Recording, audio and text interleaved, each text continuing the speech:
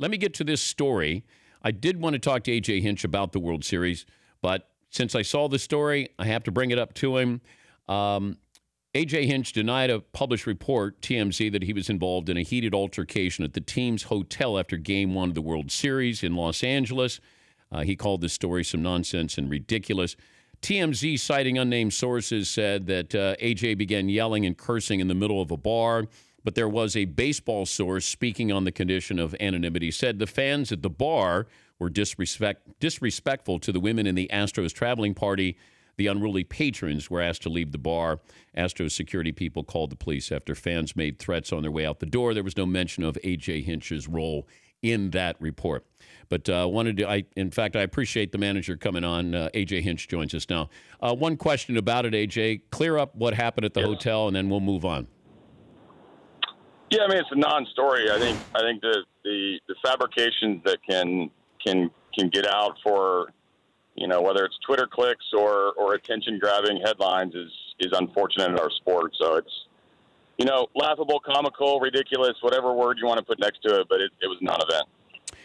AJ joins us, Continental Tire Coach's Corner. The difference between what you told your team prior to Game 1 and prior to Game 2 was what? Really just be yourself. I think there's so much attention and so much anxiety that comes around the World Series. Just because Clayton Kershaw decided to be himself and dominate didn't really take us out of our goal or our game. And I think our players, we recognize that. I mean, this is the best of the best on both sides. And Kershaw had a good night. It didn't define the series, and our guys came out and played really well. And that was the most epic game I've ever been a part of, and probably one that will be reviewed in history as one of the best of all time. Do you give motivational speeches? Not a lot. I mean, more individual side. My job, the major league manager job has turned into so much about connecting with people and individualizing this. Every now and then you'll have a team meeting, which is sort of, honestly, it's sort of a need just to get everybody together, but not really. Baseball's 25 different personalities, 25 different ways to get them to be successful. It's not a huge motivation sport like football or, these we don't have a halftime. So there's a sense that there's a team component to it, yes, but it's really my job to get the mindset right for 25 different guys. I thank God I majored in psychology. How do you put that to use? With 25 different personalities, are you tapping into that of trying to, you can't treat them all the same? Right. No, that you don't. I mean, I think you get to know your players on a personal and a professional level and try to figure out what makes them tick. George Springer being one of them, how is he going to deal with failure? And everybody was telling him he needed to move down in the order or telling me that he should. And people, failure in our sport is so huge, and so most of it comes around getting them to be themselves and getting them to attack the competition and not shy away. As an example, before that game, I told George, you can't play this game careful. You can't tiptoe. You're an athlete. You're a natural athlete. You've got to let it go, let it fly, swing like you swing, and let the results be what they are. And Ken Giles is the same. He was awesome for us all during the season. Has given up a few runs.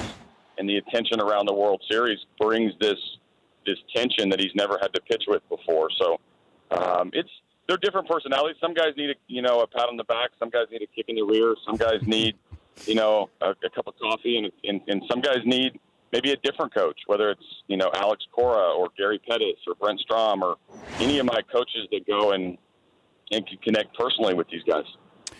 Continental Tire Coach's Corner, the Astros manager A.J. Hinch joining us. If somebody didn't see Game 2, how would you describe it, sum it up? Oh, man. Just emotional is the first. I mean, some of the emotion that was shown on the field is exactly what's needed in our sport at the moments, like a moment like that, where, whether it's the pure enjoyment of the game and the range of emotions that our sport can sometimes get accused of being boring or just being flatliners, or everybody wants the players to pretend like they've been there before. But there was so much excitement on both sides of the ball, especially after, the 6th or 7th inning. And emotional is the best word to describe that, because these games, as much as we're cool customers and we're athletes and we've been in the sport for a long time, this is pretty cool to be in the World Series. And two teams are left standing. They both desperately want to win it. And it came out in a lot of different emotions during that game. How do you explain Jose Altuve? It's hard to. I think we can stop talking about his size. The one first thing everybody goes to is how he's a smaller guy and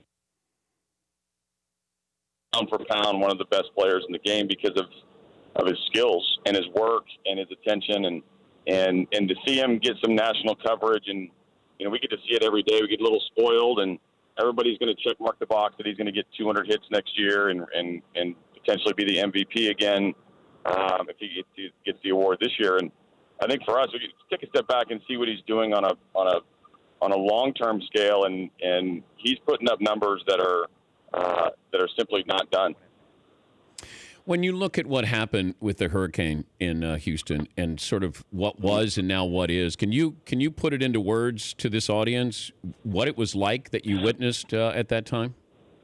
Yeah, it was eye-opening because of the magnitude of the damage. I live in the Woodlands, which is about 30 miles north of Houston. And so every day I drive the freeway and you go home and there's exit every mile. And every exit was closed between downtown and my exit.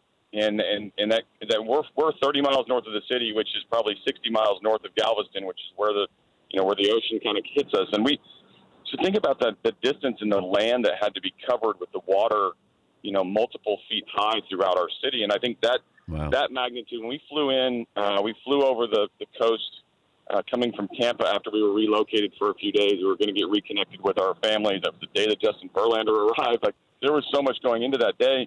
But the thing that stood out was the volume of water it takes to submerge a city.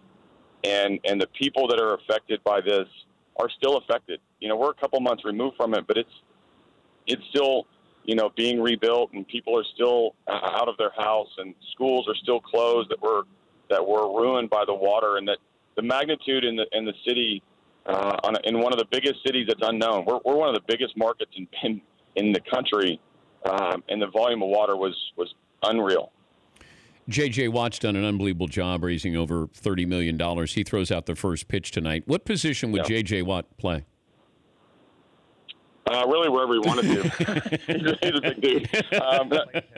He took BP before at Minute Maid and has a pretty good swing. So, obviously he's a huge athlete, can overpower everyone. But he's been such a supporter of ours, and he's come through our clubhouse a couple different times. And it's sad that he's not not healthy enough to play his sport. But the fans will go bananas for a lot of reasons tonight in Game 3. But J.J. Watt's going to get a huge ovation.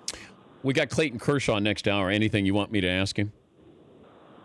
Yeah, ask him if he can skip his start in Game 5. That would be the best outcome for all of us, I think. And I had some people who said that's as good a start as they've ever seen Clayton Kershaw, and that's saying a whole lot, AJ. Yeah, well, what's funny is, and I've watched Clayton Kershaw through the years, and I love watching him play, except against me, because his competitive fire is about as good as they get. And the thing that's frustrating for me competing against him is where's the Clayton Kershaw? Everyone said they couldn't, he doesn't pitch in the big games, or he's had trouble in the postseason. And Game 1 of the World Series was, I think we can put to rest this notion that he has a problem with the big moment. This dude is really good and can really impact the game. And he took over, whether it was, and we have a really good offense. We've a historic offense, and he did a number on us with any pitch he wanted to, any count. The Game 1 was about him. It was a great performance. What's the best pitching performance you ever witnessed, either you played against or that was on your team?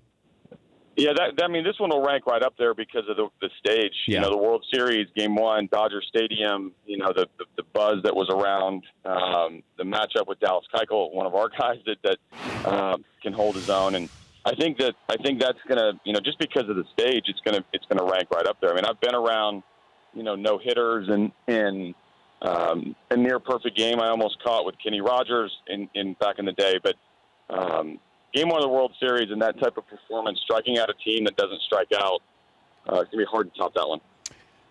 I appreciate you joining us, and good luck tonight. Thank you, AJ. You got it. Thanks for having me. That's AJ Hinch, Astros manager. He's good.